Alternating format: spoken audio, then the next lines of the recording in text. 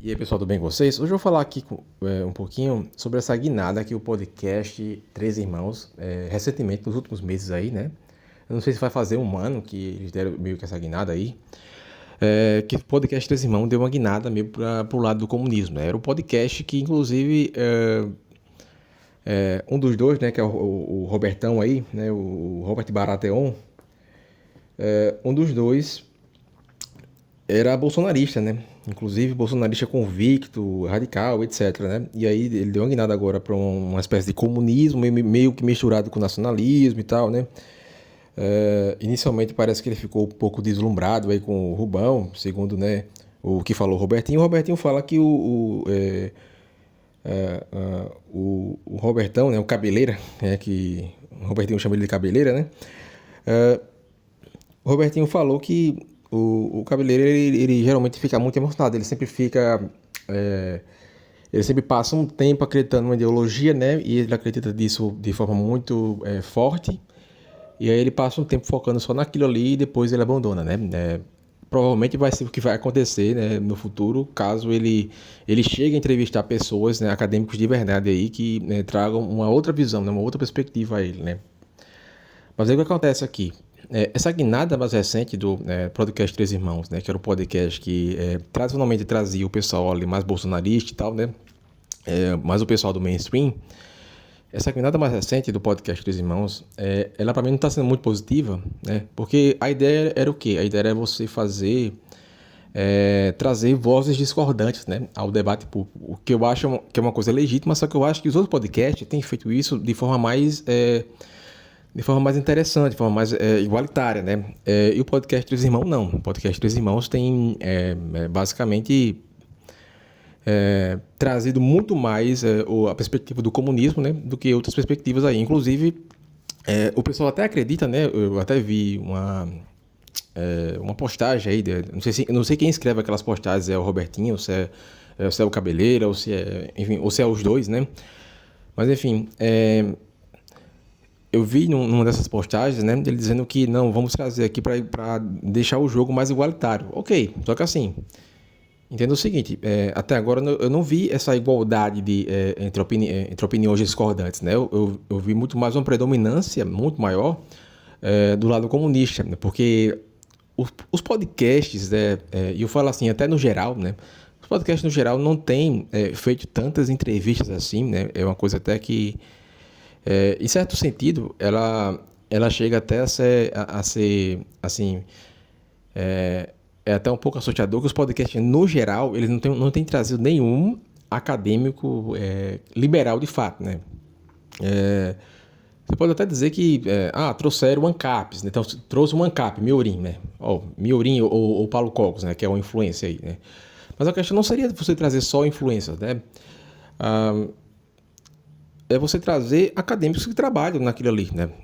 E aqui no Brasil nós temos bons acadêmicos, por exemplo, o Fábio Barbieri aí, né, que é especializado em escola austríaca de economia, né? Você tem vários outros, vamos dizer, o Anthony Muller, né? Anthony Miller, quer dizer, ele também tem especialidade nessa área aí, mas assim, eu diria assim, não só acadêmicos, pessoal, assim, especializados na escola austríaca, entende? Mas assim, eu achei interessante que vocês trouxessem até mesmo os economistas mainstream, né? Por exemplo, você tem visto poucos economistas keynesianos aí, você tem visto poucos economistas neoclássicos sendo trazidos para serem entrevistados, né? Desses programas. E eu me pergunto o porquê disso, né? O porquê disso? Por que você está trazendo só comunista para a questão aí, né? E eu falo que nem necessariamente para você trazer para um debate, assim, né? Porque às vezes o debate, primeiro que ele não prova quem tem razão, né? Ele prova quem tem mais público, né?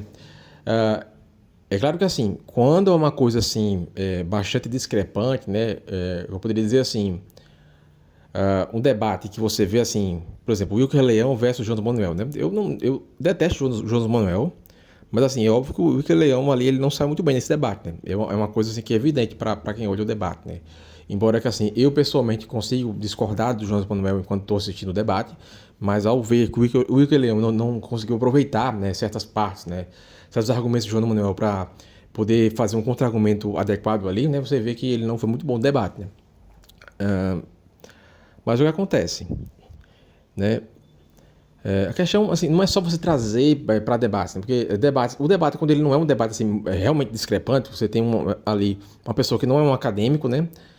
Versus uma pessoa que é acadêmico e trabalha com comunicação, se expressa bem e tal, né? Quando não é um debate discrepante nesse sentido, né? Ou seja, quando é um debate que você tem pessoas que realmente são, assim, dois acadêmicos ali discutindo, dois acadêmicos que têm um bom poder de oratória, né, de convencimento, né, um poder de argumentação também adequado, né, de visões opostas, né,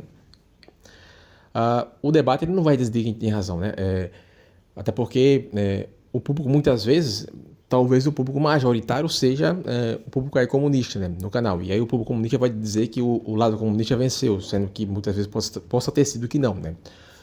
Eu acho que o público comunista só assumiria, né, que houve uma derrota, por exemplo, se trouxéssemos aí, pegássemos aí um grande nome, né, do meio liberal, por exemplo, o Fábio Barbieri contra, sei lá, contra um Gaio Fato da vida. O Gaio Fato, ele debatendo contra o Monark aí, pessoal, contra o Monark, ele se deu mal no debate, né, debatendo contra o Monark. Então, assim,